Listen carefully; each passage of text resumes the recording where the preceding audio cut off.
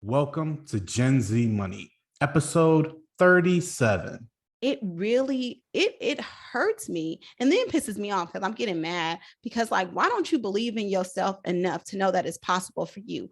I literally lay out the roadmap for you, and for you to discount what I did or say that, and look at it like, oh, I can't do it because I didn't have X, Y, and Z. It pisses me off because you have so much self-doubt. And so I'm the kind of person, and that's why I'm not good in corporate, right? Because I don't have that poker face. Like, I'll be like, what? Like, what's wrong with you? Like, why wouldn't you think that it's possible for you? Even if my jokes aren't funny, my tongue tied up on it, and I don't need to speak a single word, 'cause you got me holding.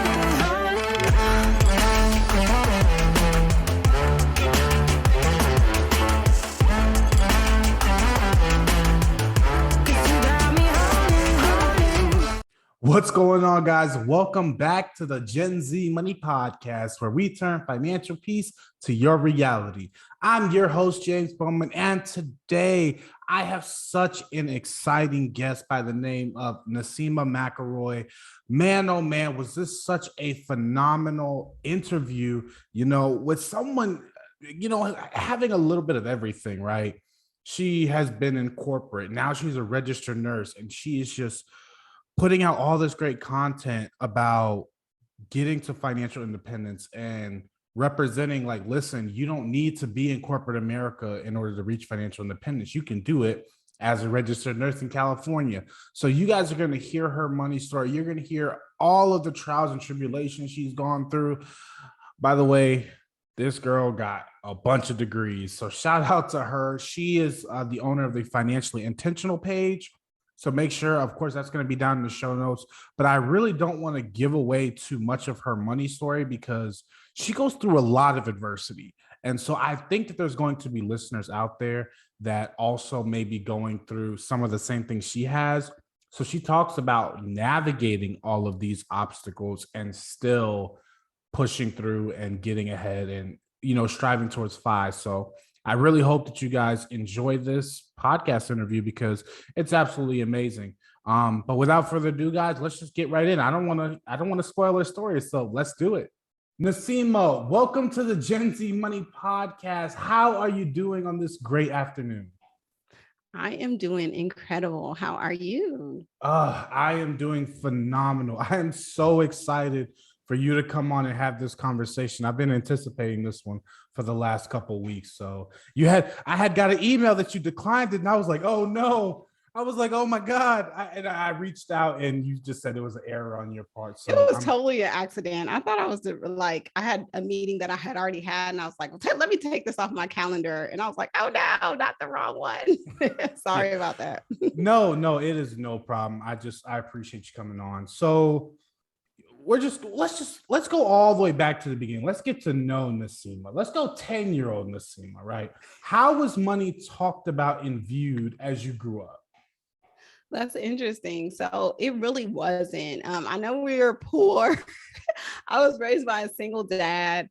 And, my family overall is an okay doing family, but my dad being a single dad and trying to do everything independently, we didn't have a lot of money, but we were always kind of at that borderline where he had an okay enough job that we weren't on like food stamps or anything like that. But we also didn't qualify for healthcare insurance. And that's before, like, if people remember, before Obamacare,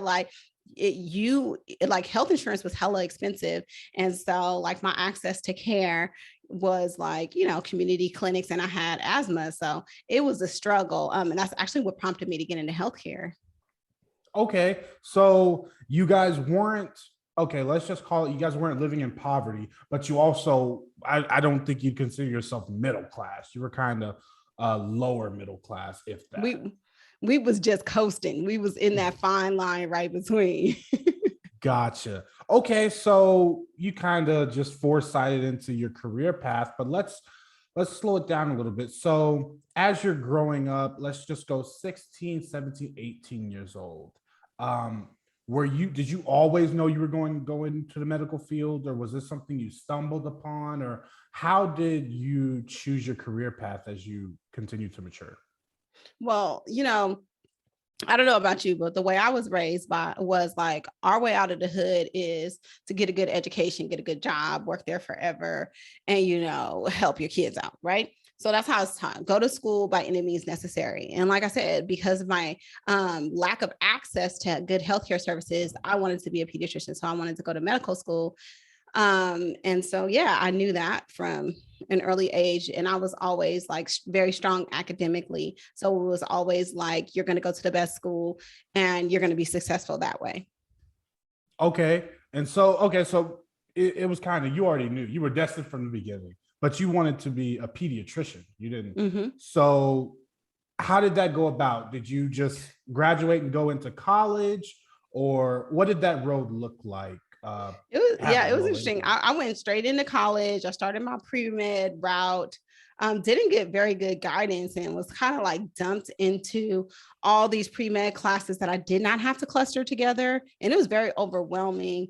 It was very overwhelming culturally going into college, and that change, just, going from a youth to an adult to being thrust in, this place of privilege that I wasn't used to, being only 3% 3% like Black in my whole school. Like I went to USC, everybody thought I had to be an athlete. Like I couldn't be that smart. Like it was just all these environmental things. And so I ended up being like, and then finding out what like doctors actually did. And I was like, ew, I don't want to do that. And so I totally changed my career. And like, just to kind of like push down the road a little bit, like I got a degree in healthcare, in public policy and management with an emphasis in ambulatory care management. Then I went to get a master's in healthcare administration. And I actually didn't become a nurse until 5 years into being in, the corporate offices of very large medical institutions, healthcare institutions, and then being like, I ain't a brown noser. I ain't about this life. Like, I don't like it. I love the nurses that I work with. I love the autonomy that they had. And they get to travel around the world. I'm going to go to Dubai, be a travel nurse, meet a prince, be his like fourth wife. So I don't have too many obligations. And so that's why I decided to be a nurse. You better stop. There's some Dubaian princes watching this podcast right now. Somebody wants like a fourth or fifth wife that don't really need to have kids, that, just gets a palace. Like it don't even have to be a big palace. I get a driver in a palace. I can do my own thing. I don't need too much attention. I'm still available. And all you got to do is just do nursing stuff for him. That's it. I can deliver all his other babies. Okay, so you went through that super duper fast. So I want to break that down a little bit slower. Okay. So you go to college, you get your bachelor's. It's not in registered nursing. No. You continue and you get policy. And you get your master's. Mm-hmm. And then you go corporate. Mm-hmm. And really, really soon you realize, okay, this corporate life, it ain't cutting it. It ain't cutting it. And you decide to, okay, correct me if I'm wrong, but it's kind of like taking a step backwards. It can be looked at like that, but actually the program that I went to was an accelerated program. So because I had those degrees, it only took me a year to be a nurse. And then I went into another master's program to be a family nurse practitioner. Okay. So kind of, but not really. Gotcha. So let's talk about what other people are thinking. Like, okay, this girl got a bunch of degrees. How did she pay for this stuff? So let's go into that, because this is a finance podcast, so we have to discuss it. How were you funding your college experience? That's a very good question. And I'm going to go back to 18-year-old me applying to USC, the University of Southern California, which is a private school, which is hella expensive. But back then, it was like $40,000 a year. That was 1999. I'm a little bit older than I look. So it was like $40,000. You're not hearing nothing from me. You hear nothing from me. Okay. So so I got that, and that was the first time actually that I have ever seen that amount of money written down on paper. Like just kind of get that. So I couldn't even really register what that meant because I had no concept like of me paying for that. And so all I knew was like I was supposed to get scholarships and then the rest, like I guess I would take out loans, like still not even understanding how that works. But I was always told go to school by any means necessary. So I just signed the paperwork and was like, we'll figure it out. And then I remember getting to school that first semester and then getting a bill, and my dad is like, I ain't got no money to pay this. And I told them, I went to financial aid and I told them, my daddy said he ain't got no money to pay this.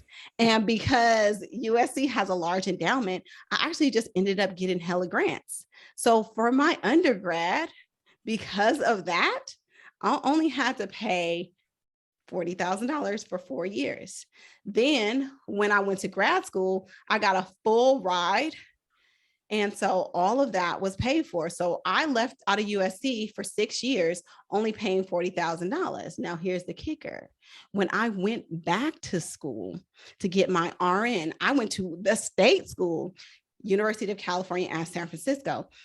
Now, that is a graduate school, a graduate professional school. It's one of the only schools like that in the country. It just has a medical school, a nursing school, a dentistry school. So those are all graduate level, doctorate level and above, right?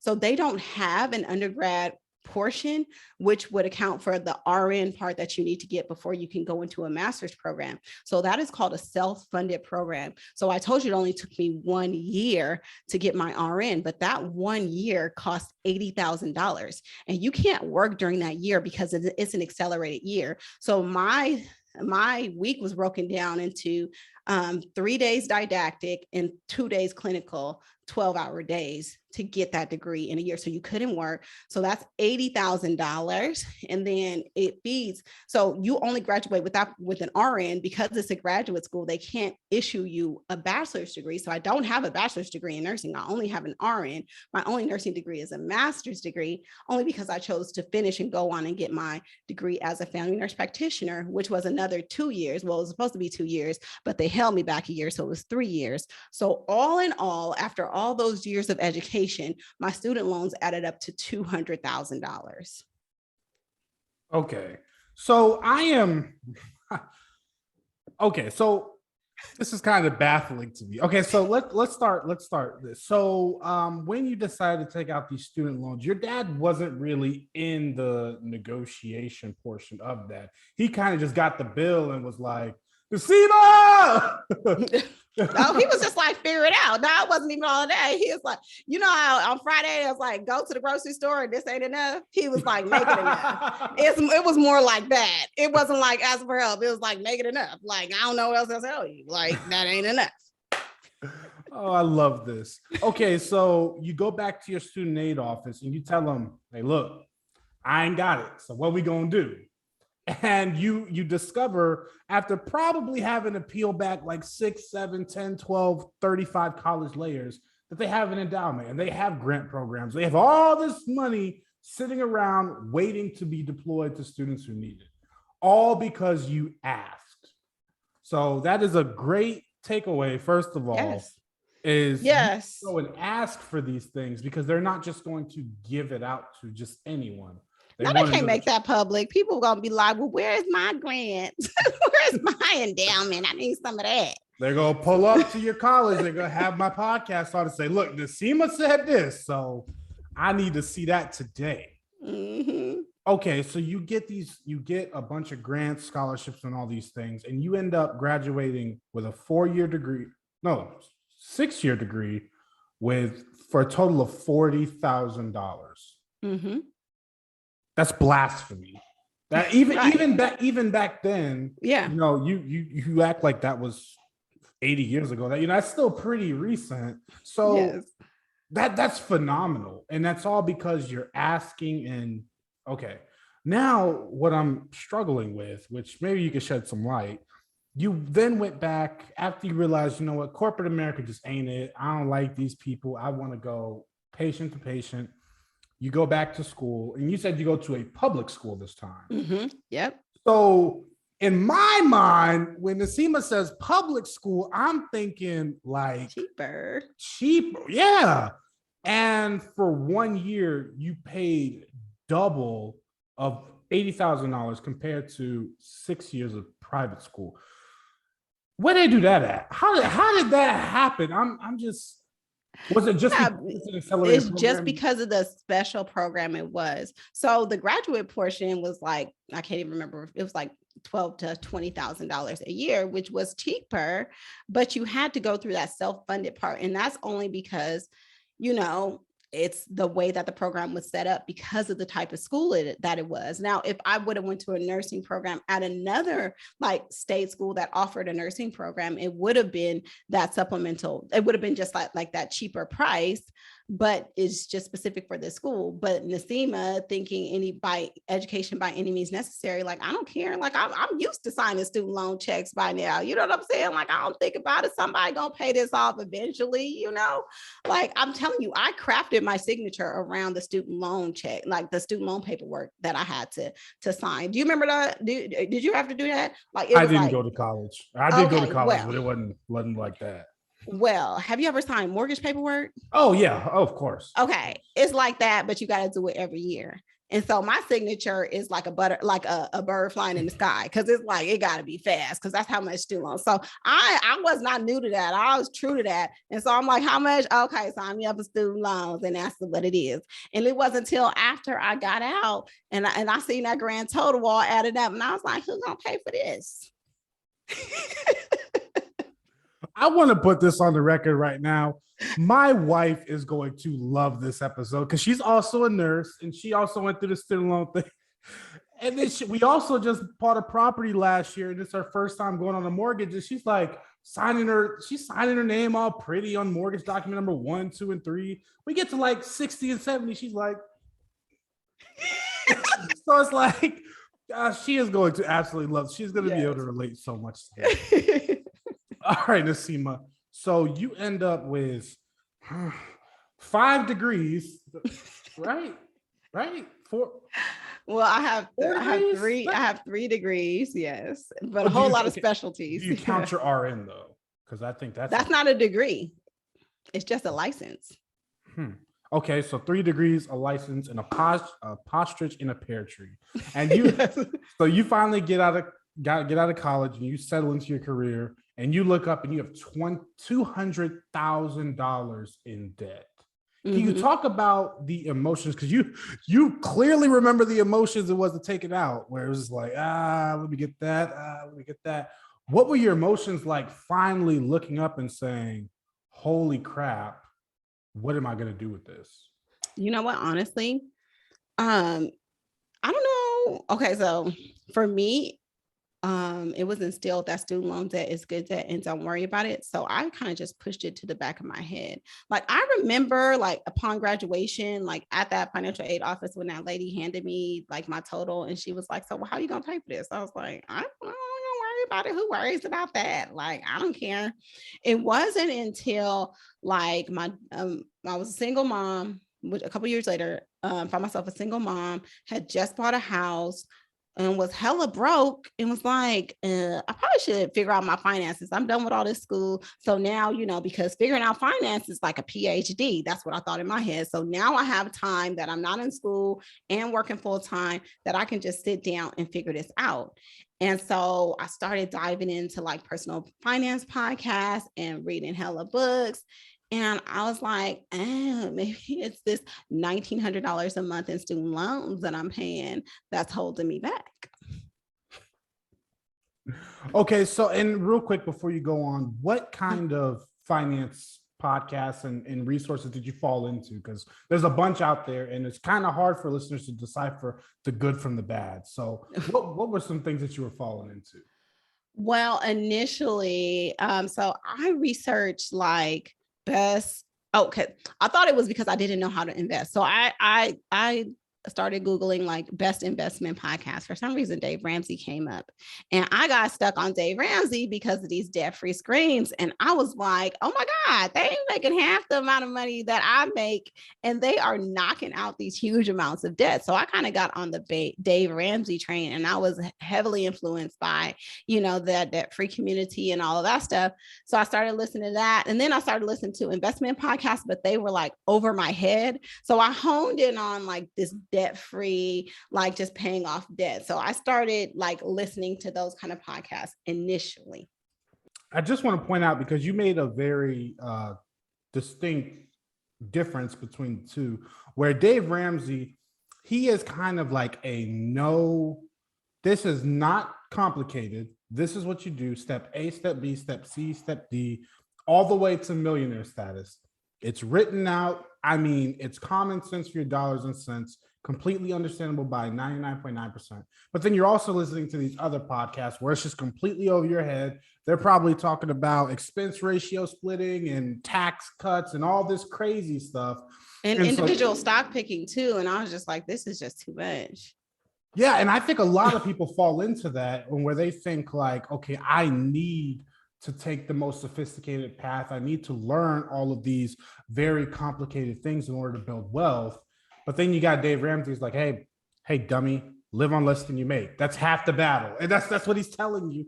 And it's quite simple. So it's not very uncommon that people choose the path of least resistance, especially when it comes to finances.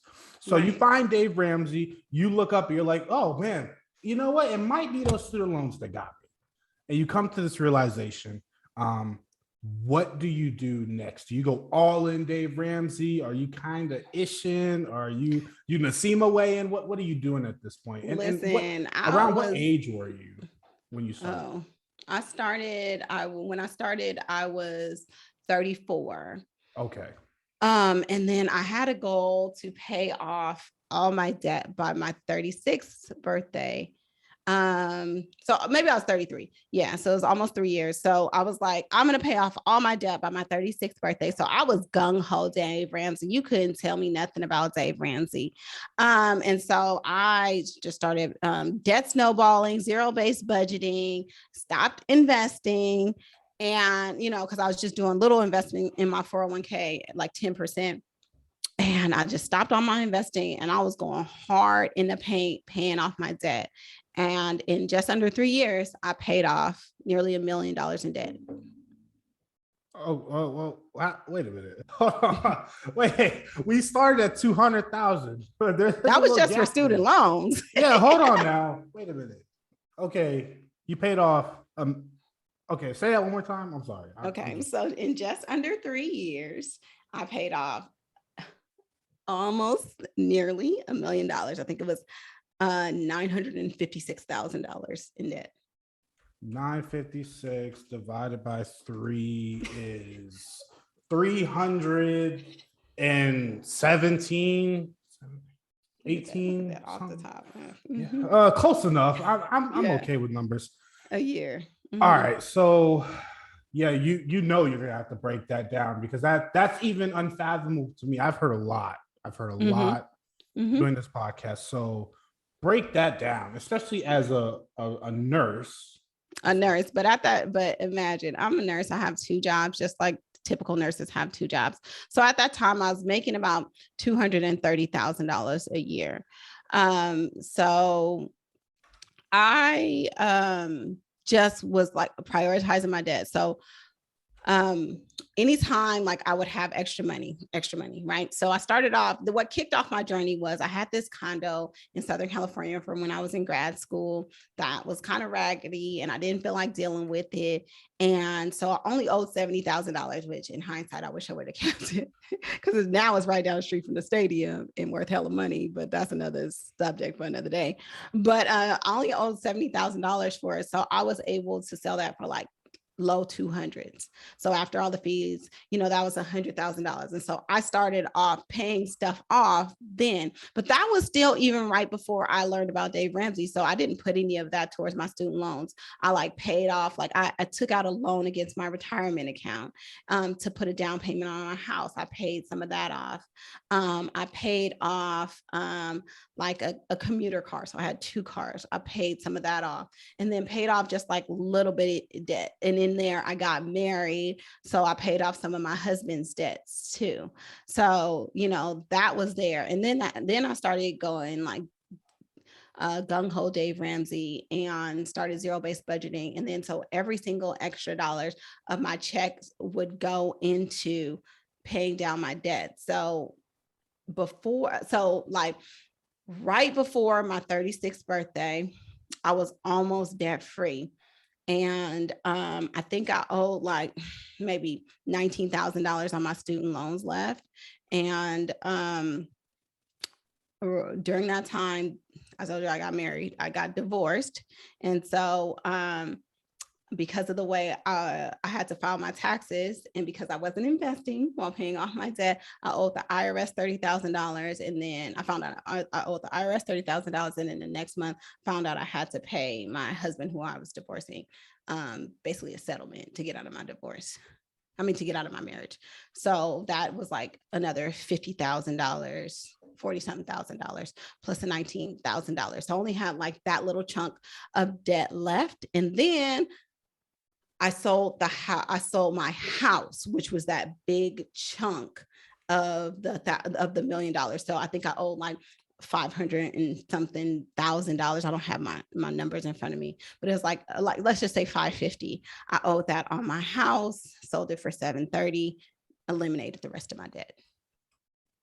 Okay, I'm so glad you cleared that up, because you try to do the math, like how you were making 230 but paying $300,000 a year on. Well, not only that, I was like, I think she went back to college and got some more degrees, because that's a lot of money. Okay, so a lot of that was assets, asset debt, which some of it, some people will consider that, But like I said, a lot of people want to say, oh, so you just sold your house and paid off all your debt. No, that's not what happened. That was like towards the end. But a lot of people won't make that choice either. So it's just like, it is what it is. So that's how I did it. And that's what, like, people are like, I don't know about, why would I listen to somebody that had $1 million in debt? Come to the Bay Area, boo. The average house price back then was $750,000. Right now it's in the millions. Yeah, Naseema, I just want to point something out, because I noticed that you did it, and it bothers me when people do it. Do not let people minimize the sacrifices that you made, because people say, oh, well, you just sold your house to get out of debt. Most people won't even sell their cars to get out of debt, let alone a house. So do not let other people, especially people in debt, minimize the amount of sacrifices that you took in order to do this. You sold a condo that you own. You sold a house. You're almost debt free at 36, and you discover you have another $100,000 in debt between the IRS, the settlement, and the $19K left over. So it's like, these are very, very, very, very big roadblocks that people hit on a daily basis, not only with being a single mother, but also going through divorces and things along these lines. And not everyone is willing to make the sacrifices that you did in order to better your financial situation for your family. So I don't want you to minimize it. And I know others are going to try to minimize it, but it's a very daunting feat. You know what? I don't minimize it. It just kind of pisses me off, because I just feel I know what I went through. So I'm cool. The thing is that I want this so bad for other people. It really hurts me because all that is a projection of doubt, right? Of their own self-doubt. It really, it hurts me, and then pisses me off, because I'm getting mad, because like, why don't you believe in yourself enough to know that it's possible for you?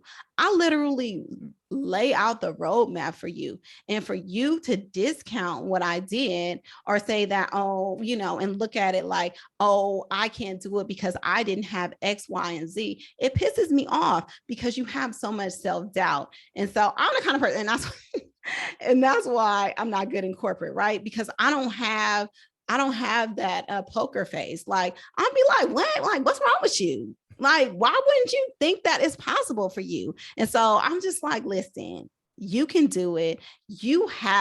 Everybody has some kind of windfalls in their life. Everybody has something that they can do. And if they don't, they ain't going to have $1 million in debt. So you don't have to worry about selling no house. Okay. You just got to worry about paying off that $10,000 credit card, which you could just pick up a job, a little extra side job, be somebody's VA, and pay it off in a month. So like, I don't understand, but people put up all these roadblocks, and that's what pisses me off. I just want people to want more for themselves.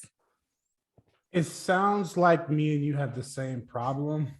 Whereas, like, you're looking at somebody and you want to strangle them because you're like, I can help you. You can do this, but you don't believe in yourself and you won't just listen to the advice and just follow my lead. Like, I did it and I can show you how to do it. And I'm not trying to sell you anything. I'm just trying to sell you a better future for free.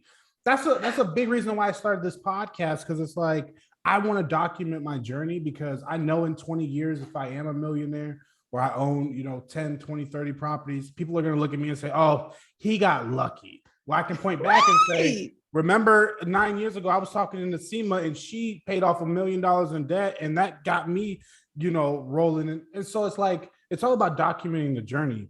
Right. And that's why I started my page too. I mean, I got 2,000 posts. You want receipts, boo? All you got to do is scroll back through the posts. I share all the debt that I paid off. I mean, I started from day one. That's how the platform started, me sharing my debt payoff journey. So if your fingers are feeling nimble, go ahead and scroll back through, because there ain't nothing but receipts in there. But it's also free game. So I don't have to sell you anything, because I'm constantly dropping knowledge, and all you have to do is pay attention. So you either going to pay in time or you going to pay in money. Just pay attention. I love it. And that's a great segue into, because a lot of people may be thinking, Naseema, like, why do people, know so much about the journey you've gone through? Well, you have been documenting it with your Instagram, your financially intentional Instagram page, which of course, guys, I'm going to link in the show notes below. You're not going to have to go very far to find it, but you have been documenting this since day one. So let's talk about some of the positives and the negatives about that. And let's start with the positives, because I like the positives. What have been some of the positive feedback and positive emotions you've gotten from inspiring other people? Like 99% of the time, a lot of people reach out to me and just say thank you for the knowledge that I've shared, because number one, in the personal finance space, people that look like me are few and far between, and people that can break things down in a way that you can understand are few and far between, and be like, boo, it really ain't that hard. Let's just do it. And so I speak in a language where people, it's just simple. It just seems common sense. And so I've gotten a lot of love for that. I've gotten a lot of people just in the beginning, from sharing my story, I've been featured on a whole lot of platforms like this, where I'm able to share my story and get the word out and get exposure to different audiences. So it's been amazing, the exposure that I've been able to get, the way I've been able to kind of share my story and normalize it, because that's what it does. It starts to normalize it for us. I didn't see people like this when I was growing up talking about money. You saw Susie Orman and Dave Ramsey, you know what I'm saying? Those are the big people. They don't look like me. They can't talk to me the way I can understand. And often I feel like it's a little bit talking down. And I didn't want a platform like that. I wanted a platform where, I may cuss a little, I may dance a little bit. My kids might be on there. And it's just relatable. So that's been really good, because I feel like I could fully express myself and also educate, because it's my platform. But then I get the hate. I get, oh, this is a scam, oh, she's lying, oh, all it is. Again, I don't really care. But I have receipts, and I've actually had a lot of racist comments and all kind of stuff, just because of just me being who I am. But that's 1%. But I do get the ignorance, I do get the backlash. But the thing that really kind of bothers me is that, I really want this for everybody. And I feel like I've shared so much, even down to sitting down with people and helping them open up accounts and do all kind of things, only for them not to really continue to do it. And so that's kind of heartbreaking for me, when I see people not acting on the things that I told them, and then 5 years later being like, oh yeah, can you help me set this account up again? I'm like, girl, in 5 years you could have been a freaking millionaire. And so it's just kind of disheartening. But I know that's the world that we live in. But that's why it's hard for me to be a coach, right? Because I take things to heart. Yeah, you seem like the person is if I give you advice and you don't act on it, I'm going to be disappointed. because I'm I just not know gonna you fuck with could be you. doing. I love it. I love it. See, I try to be politically correct, but you come through hard, and I love it. But Naseema, Right. I'm gonna ask you a pretty difficult question, and Mhm. I've been asked it multiple times. Why do you care? Why is other people, because you're obviously on a path to where you are going to be a multimillionaire. You are going to create generational wealth for you and your family. So why do you care so much about bringing others along with you? I was drilled like back when I was younger, like each one teach one. And so I don't want to leave nobody behind. I want everybody to come up with me. And that's a very like I'm very tied to that. And so it literally hurts my heart when people don't want that for themselves. And I also know that building wealth is so much deeper than just having money. It's about the access that you have. It's about the places that you can go. It's the freedoms that you have over your life. It's what the freedoms your kids have. And I just want that for everybody. I want that for my friends. And I feel like we have been gate kept from this knowledge, but also like there's a lot of work that we have to do subconsciously to break these barriers that have been placed in us.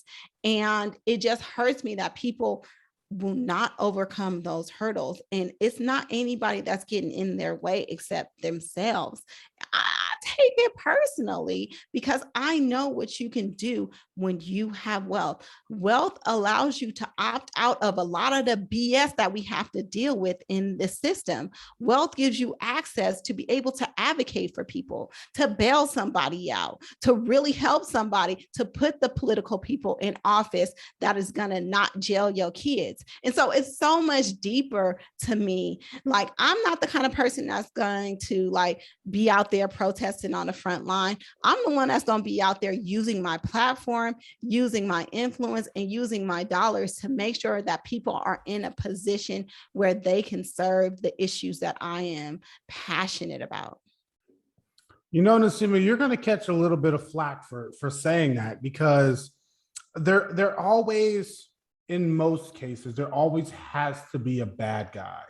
There has to be someone else that is stopping me from getting to where I want to be. And unfortunately, I think that's one of the biggest hurdles in the Black community, is like there's always a bad guy. And I have to be the one, and you have to be the one, and we have to be the ones to say, listen, the only bad guy stopping you is you. Like, we all, but can it be both? There are bad guys, there are players, there are systemic issues. And what are you going to do about it personally? How are you going to impact that change? Because you just can't sit back and be like, oh, well, because the man is holding me down, I can't do nothing about it. It's the man is holding me down, and this is what I'm going to do about it. Because let me tell you something, it don't stop when you have money. People are going to try to hold you back. People are going to try to come for you. But guess what? I don't care because I got FU money. So any given time, I can use that money to get out of those situations because I'm gonna pay my lawyer and he's gonna take care of it for me. exactly. It's about not using it as an excuse, but instead using it as motivation. Yes. Because this person does not want me to do this, I am going to do it, and I'm going to do it way better than they thought I ever would. Because this Right. person does not want me to become wealthy, I am going to become more wealthy than I will know what to do with it, and I'm going to show them. It's about using the the excuse as the motivation to get it done. And it seems Yes. like you are constantly finding ways to take these obstacles, because we all face obstacles. I face obstacles, you face obstacles, and they might not be the same obstacles, but we're using them as motivation. I like to use the analogy like we're all running a race. We're not competing against each other, we're competing against ourselves. And you might have 5 obstacles, I might have 3 obstacles, Bobby down the road might have 1 obstacle. But what I know for sure is when I get to the end and Bobby gets to the end, and then you come running up, we're like, wow, she just went through way more than we did. I admire her way more for making it, for running the race, for not giving up, and for finding a way to make it happen. So it's like, I love that. I truly love that message that you're spreading. Thank you. Okay, so I don't want, okay, I hate to like dwell on the bad and dwell on the hiccups, but I think that a lot of people are going through the same things that you may have gone through or that you are Mm-hmm. going through. You Mm-hmm. know, you are a Black woman, you survived corporate America, you got up out of there. So that brings its own challenges. You've gone through a divorce, that brings its own challenges. Like I couldn't imagine getting divorced, had to pay 50K. Man, me and my wife had to talk about that one. But hey, that's the system we live in. You overcame it, being a single mother. And so there's always there has been several obstacles that you've had to face. So what has truly been the driving factor for you to keep getting, I hate to say it, punched in the face, and you're like, you know what, I'm coming back bigger, stronger, and better after every single thing? Let me tell you something. I am the bounce back queen. There is no way you can ever hold me down. And I've had to reset hella times, even on this journey. I don't think people understand. People don't understand. I was in an abusive marriage and still had to pay the man. And he was in jail for abusing me in the marriage longer than we was together. I was in a toxic work environment where I lost my job for speaking up. I have had I because I wasn't investing, while I was paying down debt, I lost like $120,000 that could have went into the market. Like I made hella mistakes. And I did it in spite of. Like, that's what people don't understand. Like, I could have said, well, fuck this. I'm not about to do this no more because this man is beating my ass. I'm not about to do this no more because I lost my job. I'm not about to do this no more because I messed up and now I got to pay the IRS. It's bigger than me. I got kids that look up to me. My kids are sad. You can't tell my kids they not rich, okay? I have a community that looks up to me because I built this community for accountability as well. And I just feel like overall, I owe myself to make sure that I am the best version of myself. And so I'm always going to bounce back. I'm always going to come back harder. And that's just who I am. And so even if you don't have to go through all of those struggles, it's still possible. Even if you don't do everything perfectly, it's still possible. Do it through failures. Like I have been so successful because I have failed so many times. Like people are so scared of not doing it right or having to do it perfect. Do it anyway. Yeah, I love that. I mean, I don't know anyone who's done it perfect. I truly don't. There's always everyone, 100% of people can always look back and say, oh, I could have did it better here. I could have invested earlier, or I could have bought Microsoft when it was $10 a share. You will always hear, like, I could have done it better, but it's something that we'll never be able to run away from. With that being said, I love that you pointed out. Oh, actually, I'll ask this question, then I'll go into that.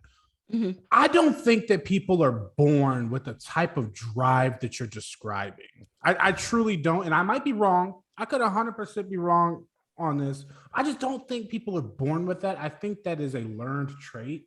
You have to learn perseverance. You have to learn grit, is what I like to call it. Do you think that the people are actually born with it, or how, if they aren't, how does somebody develop that kind of mentality? Because you make it sound easy. No, I definitely wasn't born with it. I was very naive, very happy child, but I was also a Black girl growing up in this country. And so it was a lot of, but let me tell you something though.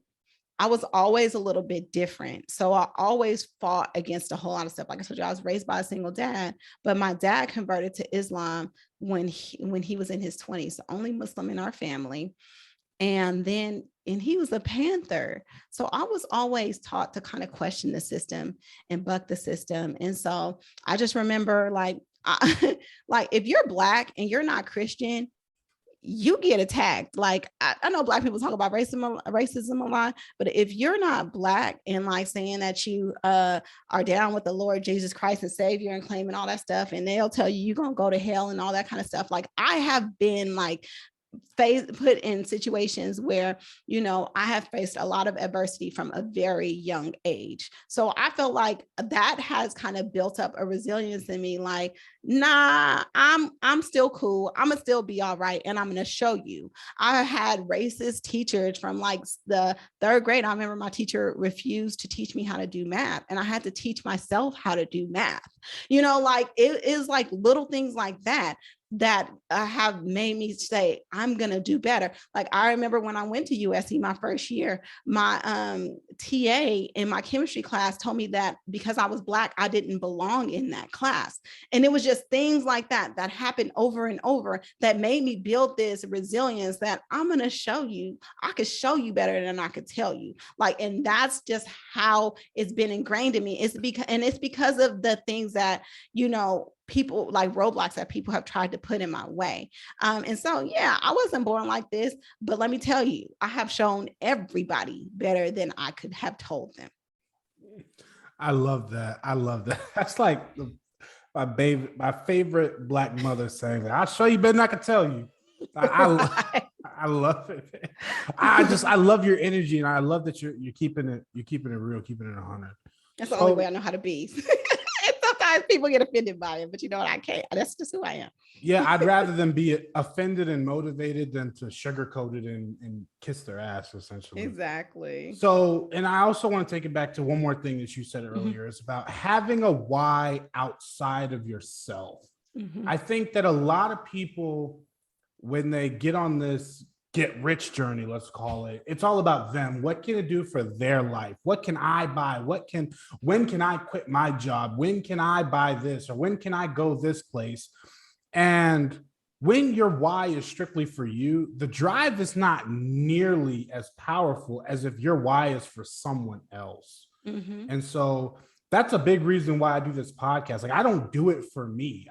Everything we talk about, I learn it and I could just put it in my back pocket and not share it. Like, I could take all the tips that we have on this and not share it and keep it for myself. But it's really not about me at this point. It's about anyone that this podcast can touch. And for you, your children are a big driving force. Like, your children, you said it straight out the top, they're going to be good. Like, all the struggles that you had to deal with, if money can solve it, they're not going to have to deal with those struggles. And so, with that being said, I guess that's a great segue into the next question. You know, in the Black community, a lot of times, I'm not going to say all the time, but a lot of time we want our children to go through some adversity and we want our children to struggle, right? What is your views on that? And I can see you shaking your head because I think that, okay, go ahead. What are your views on that? Because I don't necessarily agree with it. Well, let me tell you something. I used to think like that too, but I used to think like that because I used to think like normal people, right? And normal people are broke. Normal people are conditioned from school with the bail system to work for other people.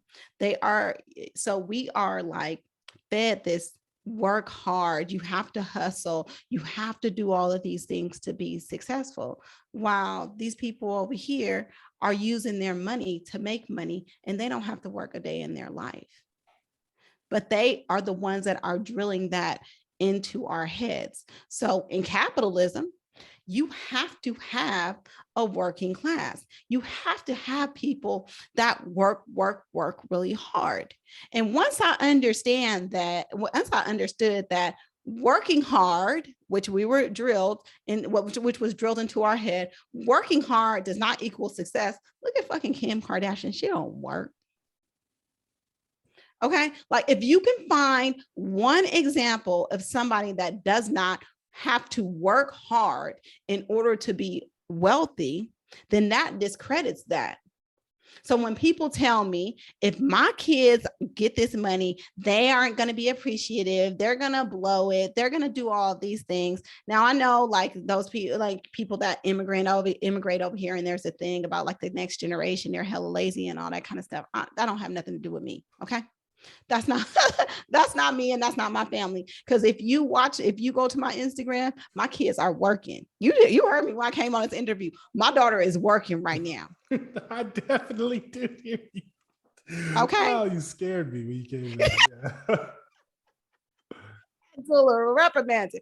But you know what I'm saying? Like my kids understand the value of money, but they also understand that their money can work harder for them than they ever could for it. They understand that concept right now because they ain't got to do nothing for that money to grow. And they sit and watch their money grow and count their money. And they show their friends, like, this is how much money I'm going to have later. And their friends are like, well, how do you have all that money? And I'm like, because we invest, boo.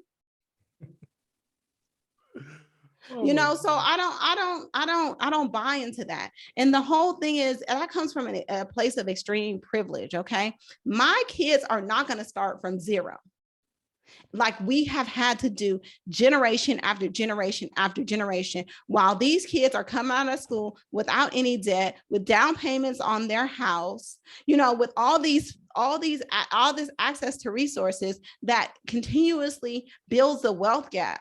I'm not playing into that. I'm not going to say, oh, you can't get nothing. My kids are going to be set, but they are also going to understand how to build wealth. And to me, that's more important than the hustle mentality. I love that. And, you know, we can look back at history and to show that, you know, having that mentality of, you know, what my kids are going to struggle just like I did. Obviously, that has not worked because the wealth gap between Blacks and other races has continued to stretch, which means what we are doing is not working. What we need to do what the other people are doing in order to shrink in the wealth gap. What's that? Buy homes, pass down generational homes, teach financial literacy. Don't make them start from scratch. Give them some privilege. Like they deserve some privilege. I mean, I will say a lot of it we were kept out of. So I'm not going to discredit that. But right now, in the year of 2022, we are in the time of Juneteenth.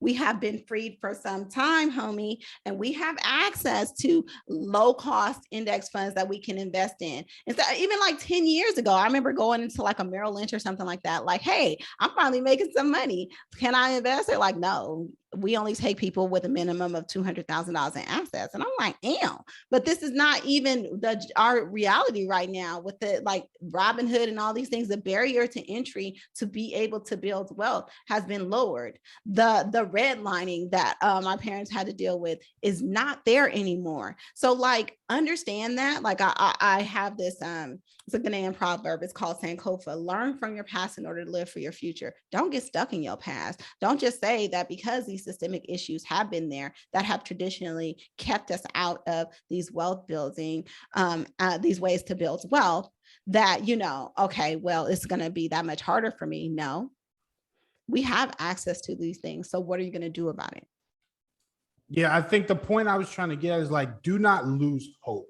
You know, we see that the wealth gap is increasing, but now not only is financial education free, accessible for everyone, now investing is free and accessible for everyone. So the hope is not gone to shrink that gap. We just have to work a little bit harder, and that's okay. It is what it is. We cannot dwell on the past. We have got to move forward, but we cannot lose hope. And I think that in today's age, that's what's going on a lot, especially with all of the different things going on with Roe v. Wade, the stock market crashing, all these things.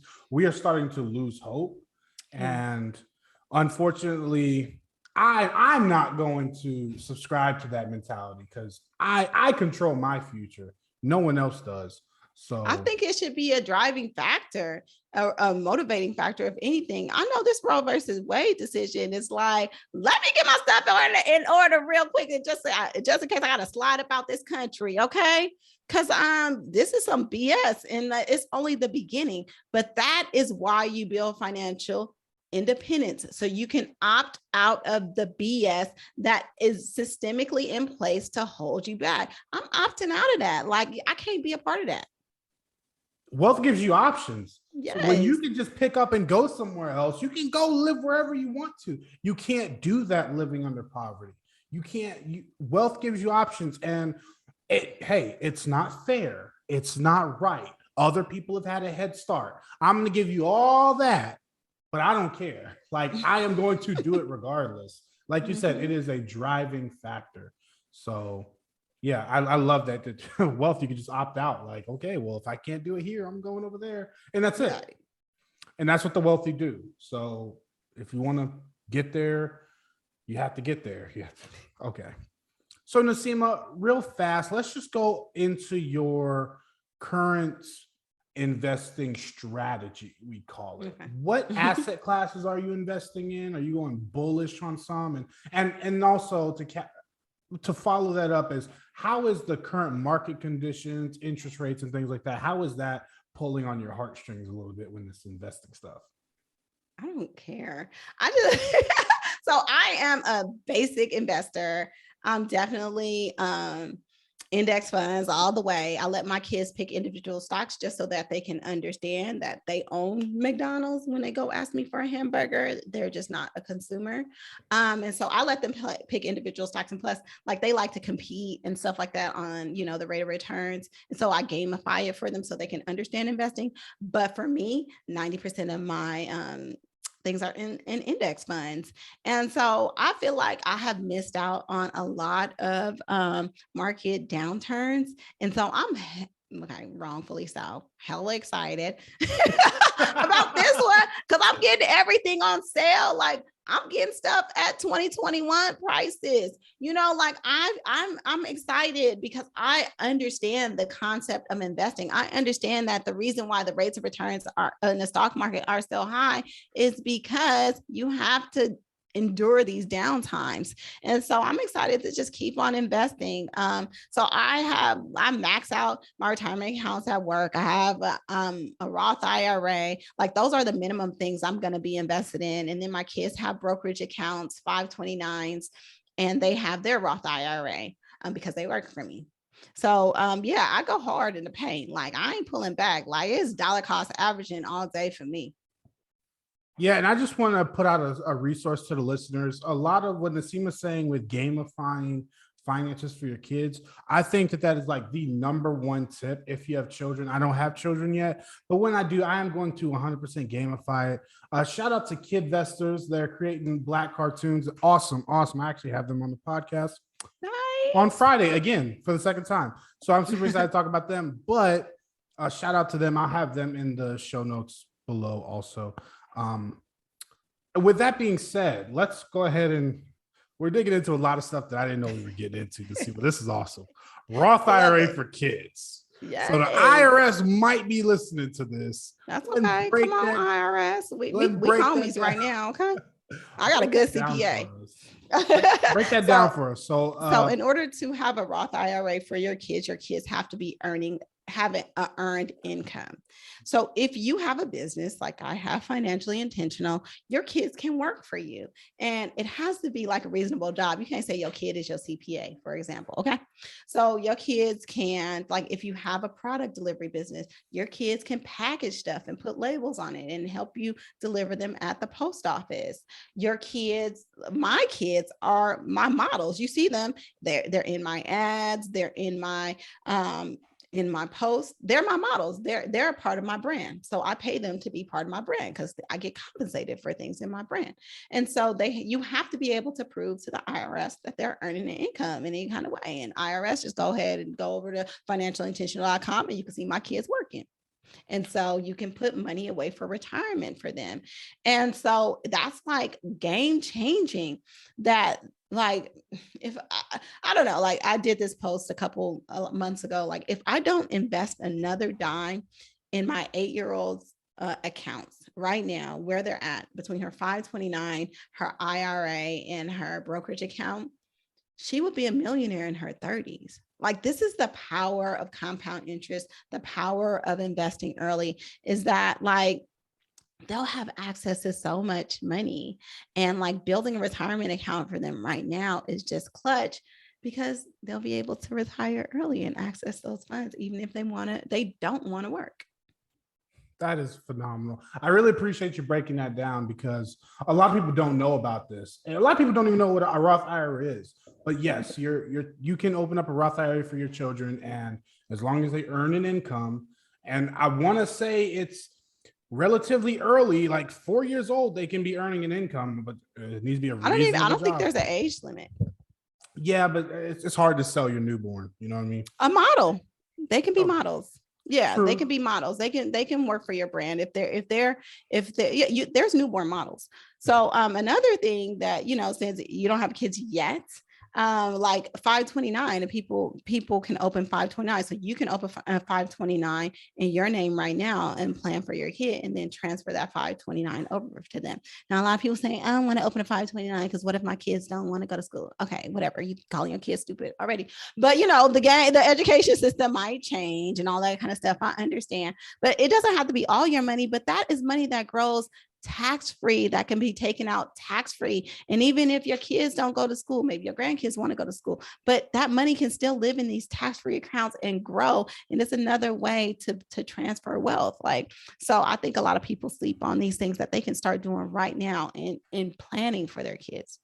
Yeah, I mean, I love that. There's just so many, and it's hard to, I try and hit on them. You got Roth IRAs, 529s, ESAs, HSAs, all of these different things that you can put money in and keep the government's hands off it. The number one expense of your lifetime is taxes. So if you can keep your freaking money away from the government, it stays in your family. I'm going to end on a soft note for that. And then the last thing you touched on, Naseema, is like most wealth is built during downturns. And so when there's blood in the streets, you need to be in the market reaping up all of this. It's just prime opportunity. So it's great to hear that you're not, because, when we're on the up and up, when we're on the bull market for 10 years, everybody's like, never sell, wait for the crash, and we're going to buy even more. And then the crash gets here and you're like, oh boy. You're looking over your shoulder. You're like, did you sell? Oh, no, you sold too. And it was like that for me in 2020. Of course, I didn't sell. Hallelujah. Thank you, Jesus. But praise the Lord. but I lived through one. And so now I know how to emotionally respond to this one. And if it continues going down, so what? If it goes back up, so what? I'm still systematically investing. So yeah, I just love that you hit on that point. And you're not afraid of this little hiccup in your retirement plan. Nah. And then last question before we talk about your goals, Naseema. What age do you plan on retiring? You know what? That is a good question because I consider myself part of the FIRE movement, which is, financially independent, retire early. But my job is hella easy. The business stuff is hard. I deliver babies. I'm a labor and delivery nurse. So I love going to work and delivering babies. So in all honesty, I think nursing is a cheat code to financial independence because you can have little mini retirements and then go back to work if you want to. But let's just say, in 2 years, work will become optional for me. So that's from that point, I'll be coast-fi and I'll dip in and out when I want to. See, well, my wife is gonna love this. She's a NICU nurse, and she's realizing that it is a cheat code. Team. Yes.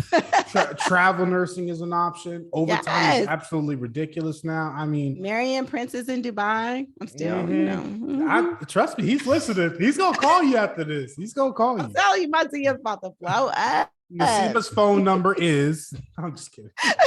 Right. But yeah, my wife is gonna love this episode because you guys she can relate to you so much, and seeing all the stuff you've gone through, you're opening up so many doors, and you're making people realize that so much more is possible. And sometimes the older nurses at her job might get her down. And she's like, oh, they're working here for 30 plus years. And I'm like, hey, that doesn't have to be you, babe. We're working. No, we're doing this. But right, you know what? Once work is optional, you slide up in there a whole different kind of way.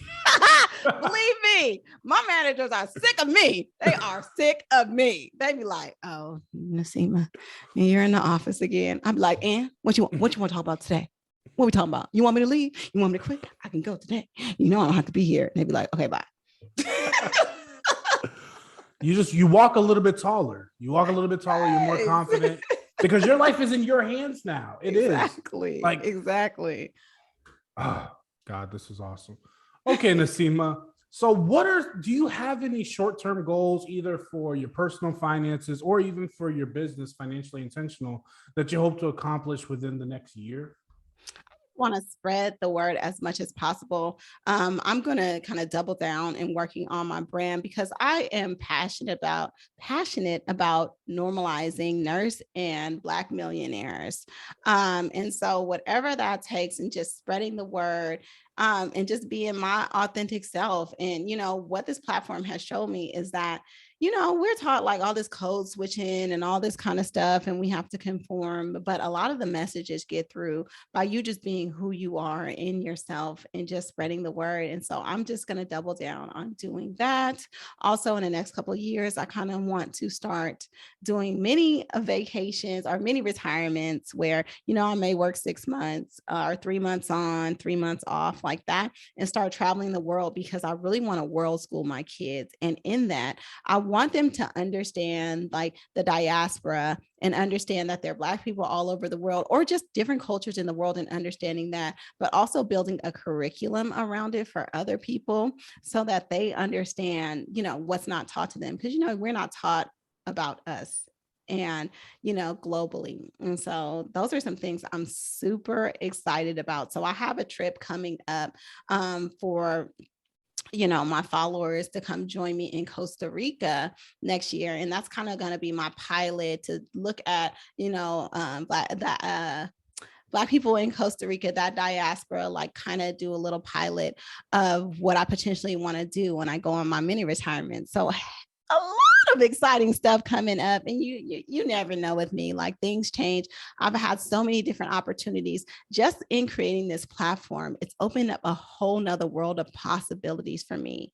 And so every day I get exposed to, all these different areas that I didn't even know was possible. Like I was working in fintech, I work in fintech. I work for a bank for nurses. Like I didn't even know that. I'm like, who gives like these kids the audacity to start a bank? Like how come I didn't think about that? Just like all these kind of stuff. So I'm always excited for the future because I know that as long as I keep on sharing and spreading the word and encouraging other people, it also helps me get exposed to different areas and different things that I didn't know about. So I'm gonna just keep on doing what I do and see what opportunities come through and, not sleep on them. I love that. I want to specify what you said is like when you're your authentic self, there are going to be people out there that can relate. And when you talk to people the way they need to be talked to, like sometimes you need to say, hey, sit your ass down. Let me tell you something. Then it's accepted. Then please have a seat, sir. Let's have a conversation. It's received completely differently. And so you have to learn to talk to people the way they need to be talked to. And a lot of people are receptive of the way you talk because, again, you keep it real, you keep it authentic, and you're going to say it how it is. But it's all love. Absolutely. All of this is all love. Yeah. Yes. There's no malice intent behind this at all. And you're a very humble person, at least in the finance area. Like you don't seem like the one that's going to flex your wallet. And I don't flex, but I do. I'm very transparent in what I share because, like I said, I wealth and talking about money needs to be normalized. And it ain't about no flex. It ain't about no flex. It's about, listen, if you do X, Y, and Z, this is what it's gonna lead to. And I can show you better than I can tell you. So let me show you. Yeah, God, you sum that up perfectly. You don't flex, but you're transparent. There's it's a big old glass. And you're not there throwing money, but you're saying like, hey, I'm good enough and I can help you get good enough. Yes. So I love that. So Naseema, what does the finish line look like for you? So you talked about traveling the world, taking your kids around, building a curriculum around that. But what does like the finish line, like when do you know what? I made it, baby. What does that look like?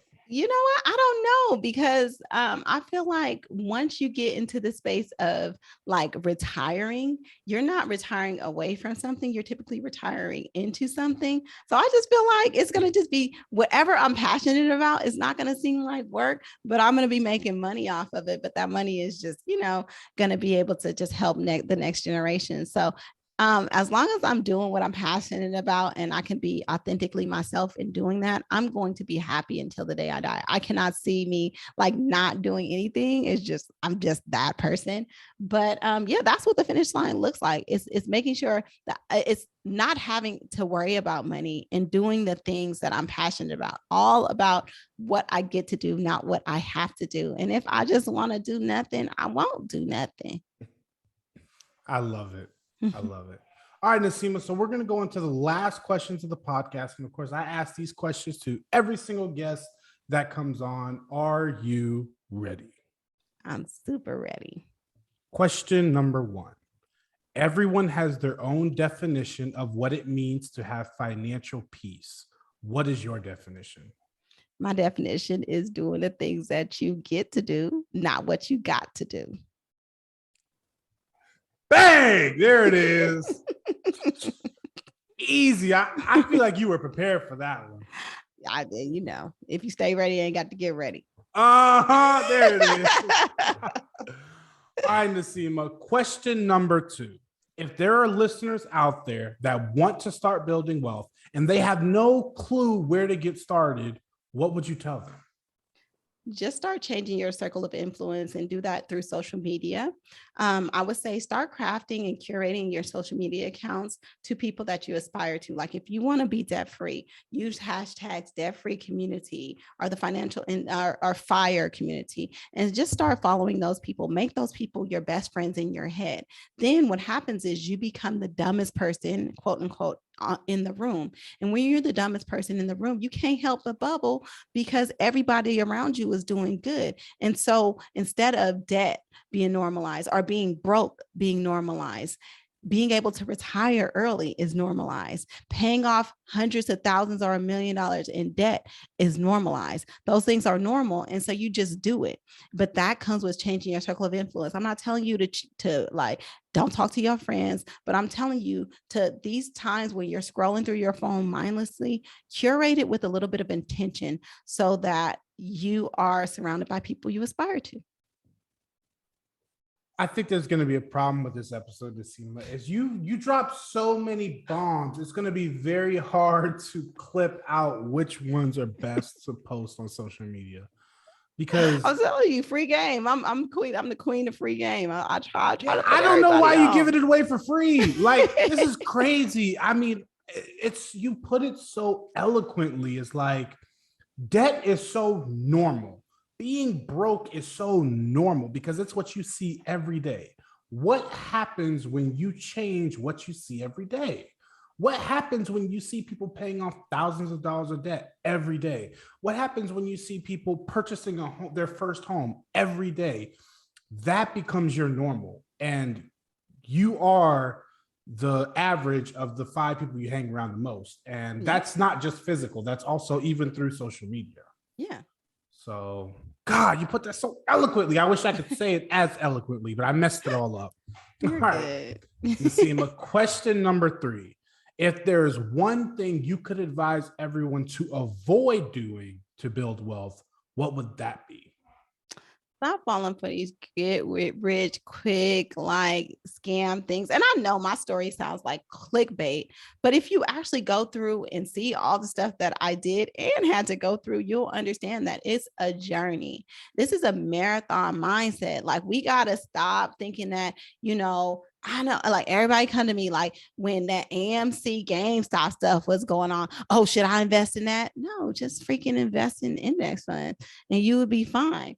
Like I just feel like we are like so like anxious to hop on like those quick wins. If we would have just been just slowly put whatever you have to the side in these investments over time, you would be astounded. Number one, by how fast it actually grows in the end, but how much you actually have instead of just waiting for that opportunity. And that's how people get you. And then stop listening to if the pitch starts with this is what the rich people do, you probably shouldn't do it.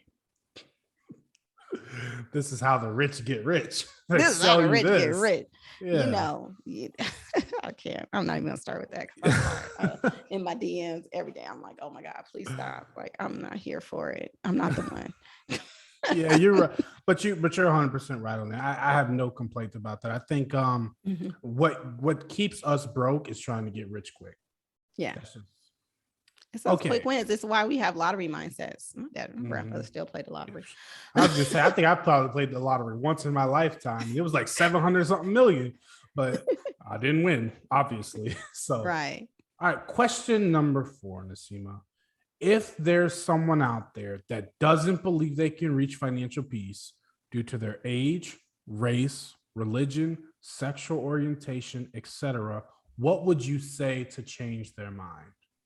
I would say look for one example of someone of your age, race, sexual orientation, whatever it is that has done it.